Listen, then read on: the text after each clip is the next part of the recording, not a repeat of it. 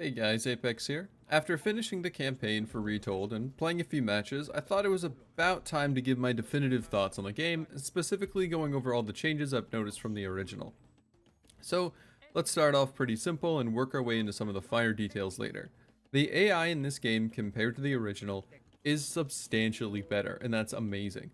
It has better eco, it plays with more balanced armies, and most importantly, it reacts far better to what you are doing. Since most players will spend most of their time playing single player in the campaign or skirmish match against the AI, this is a much needed improvement that makes the game feel much more challenging dynamically. In all fairness, it's still not perfect. I noticed in my testing the AI could still be manipulated by walls into attacking in certain areas, although in other tests they would not do this at all, so I don't really know what the AI's thought process is going on there, but overall, it's still a very nice change that makes the AI far less brainless and much smarter. Most of the time, at least. It still has a few kinks to iron out, but I'm sure it'll get fixed. Speaking of the campaign, almost every single mission has seen substantial changes. While this ranges from some missions, such as the first, just losing a TC, having a couple buildings in different locations, having small changes to the map's layout, other maps are drastically different, such as the finale, which plays extremely differently. It has much more space, but it still has the same feel and doesn't lose any of the charm of the, climactic moment of the campaign. These are all amazing changes that allowed me to get the feeling of playing something brand new but still familiar and full of memories. The Circe mission in particular is one of my favorite in the entire game, and it has seen a massive overhaul. I won't spoil too much, but there is far more to do and it doesn't nearly feel as claustrophobic, but still has the same spirit the original mission did. I did, however, encounter one of the only graphical issues in the game during that mission. Some of the water textures did not load and were just blue bars on the ground, but it was only in one spot on the map, and I'm sure that it will get fixed pretty quickly. Since the Circe mission is all about pigs, let me say another thing. Animals, and I noticed in pigs especially, get very visibly bigger as they graze and fatten.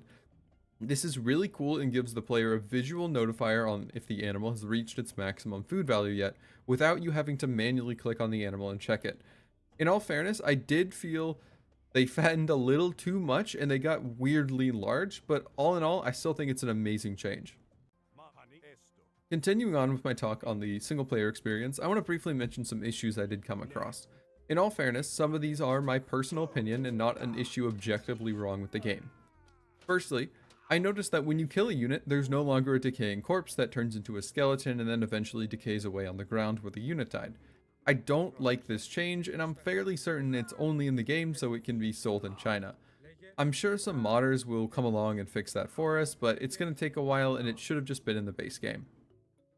Drag selecting units in the original is also better than in Retold, because as in the original, as long as there's at least one military unit in the box, it would only select the military units in the box. In Retold, it selects anything you control in the box. I can't tell you how many times I was reacting to an enemy raid, and I accidentally told half my villagers to go with my army and defend. It's not a good change, and I hope it's fixed soon. I like the new pause feature as well. It lets you actually look around while paused, and you can interact with things, queue up buildings, units, upgrades, everything that you want to do. However, it has a couple issues. While the game is paused, resources can be spent, as I said, you can do upgrades and everything, but nothing goes through, the resources aren't lost until it unpauses.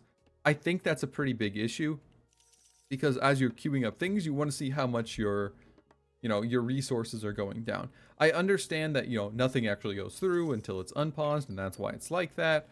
But I think it would be a lot better for especially newer players if the resources would actually track as you're spending them while the game's paused. I also noticed a lot of sound issues in the campaign. Occasionally, I would hear sounds from a dead unit or a unit on the other side of the map I shouldn't be hearing. On one mission, I swear I was hearing Medusa, but there was no Medusa on the map. I was playing as the Egyptians against Egyptians, so I don't know where that was coming from. Other times, a voice line would be really quiet and then randomly jump back to normal volume, and sometimes vice versa. I only noticed this with Amonra, but she occasionally would just scream her dialogue into my ear when selected or ordered to do something. It made running missions with a monologue kind of annoying because I would intentionally play with my volume lower so I wouldn't get randomly deafened anytime I had to tell her to do something. The last bad thing I noticed during my playtime was that the encyclopedia seems to have been neglected.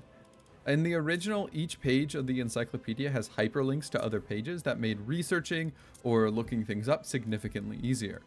In Retold, there's no hyperlinks between the pages, and only some pages even have links to other ones, and these are always at the bottom of the page and not integrated into the text where it would be much more seamless.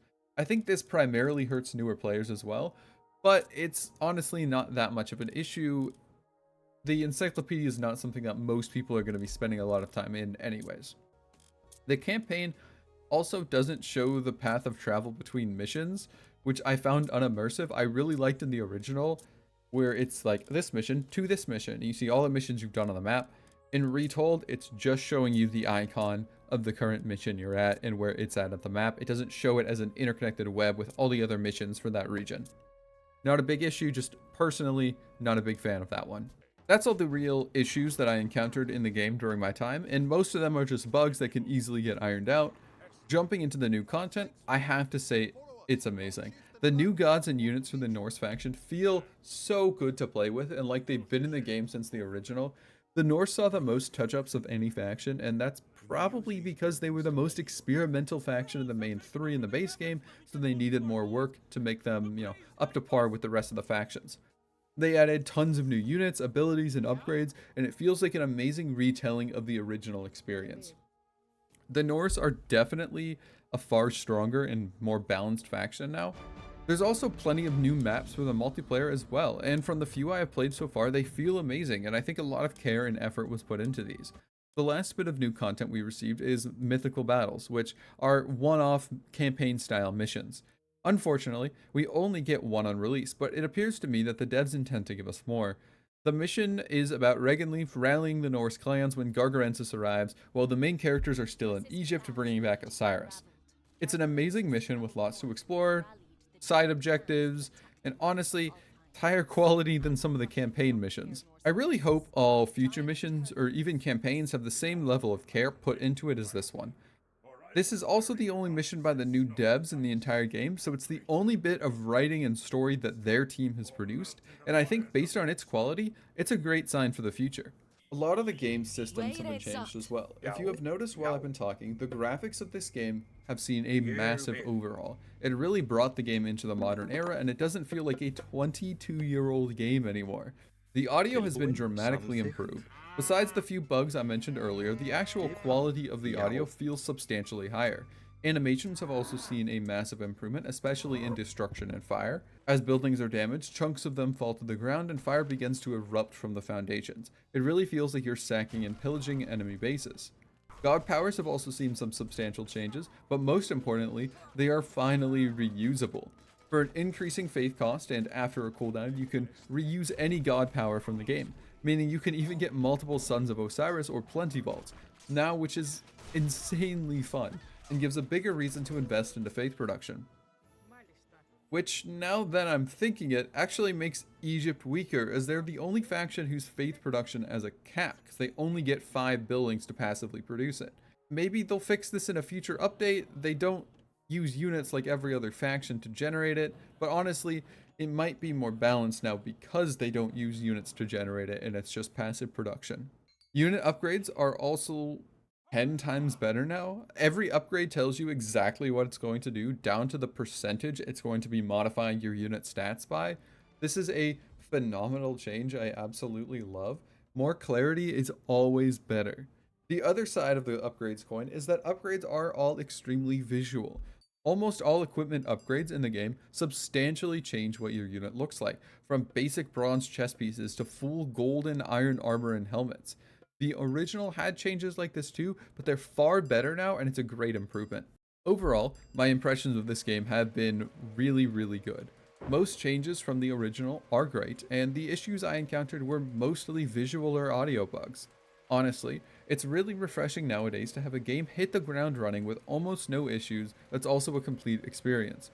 The game itself is also only 30 bucks, which I found surprising, expecting at least a $40 price tag, but I'm glad they went with the $30 one.